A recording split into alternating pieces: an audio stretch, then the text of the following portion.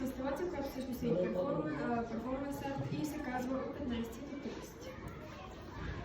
30. Обяснението е, това в началото виждаме един ученик в първите дни на учебната година, 15 септември. Както виждате, свободен график, всичко изглежда чудесно. Ученикът е готов за новата учебна година. И започваме, веднага още от първите дни в училище, се започва с входните нива.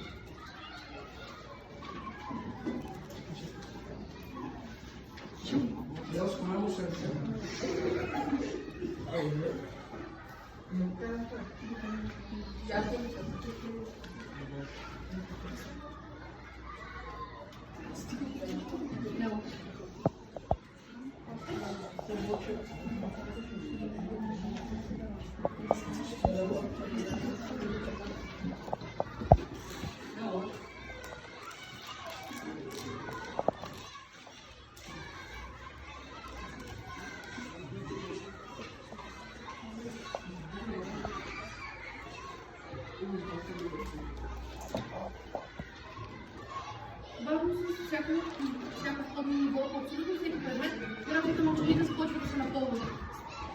Стресът започва да оказва влияние.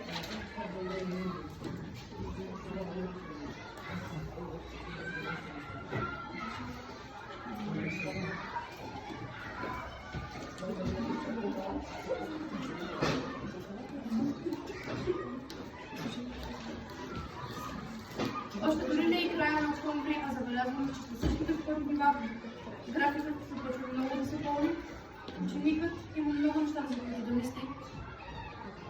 И бавно започва да потърва в цялата ситуация с всичките тези контроли.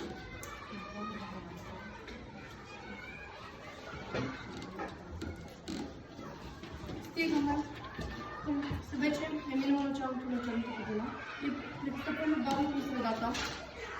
Първи срок. Започват се домашни.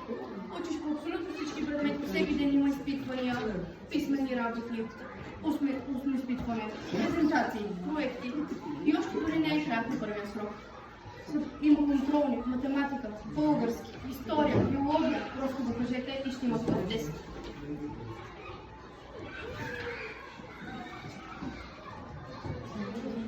Става се по-малко свободно време на ученика за собствените си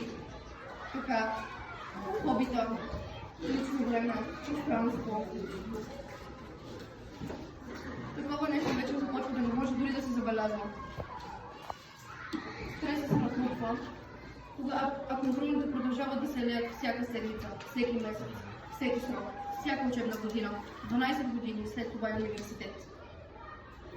Продължаваме. Идва края на първия срок, време за междинни работи. Учителите продължават и дават и домашни след домашни. Още 6 човек.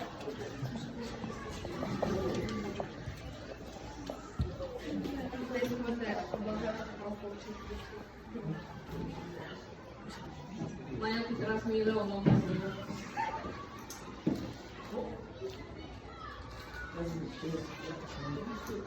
Идва втория срок. Контролните там обаче не намаляват. Идва готово да завършно оценяват. Тестовете стават дори още повече. Пробни матури, български математика. Всичко напрегнато. Учениците, които са избрани специално с музика или изобразително изкуство, започват да мислят и за това, започват да рисуват повече. Да мислят как точно ще го направят, как да се читаят хобитата с важното за училище и това, което трябва да правят за контролните. Ученикът започва да се чуди, сега ще имам ли време да направя това и това. Ще не стигне ли времето за къща, за моите хобита, за семейството, за приятелите ми. Ще се справя ли добре на външното оценяване? Ще успея ли да влезем в мечтаното училище? Ще завърша ли с приятел успех? Вече ученикът започва да потъва в своите мисли, както и всичките тези домашни контролни, които продължават да идват всяка седмица.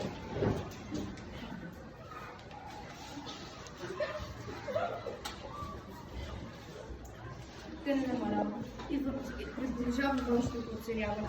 Хиляди тестове, дори вкъщи вече няма спокойствие.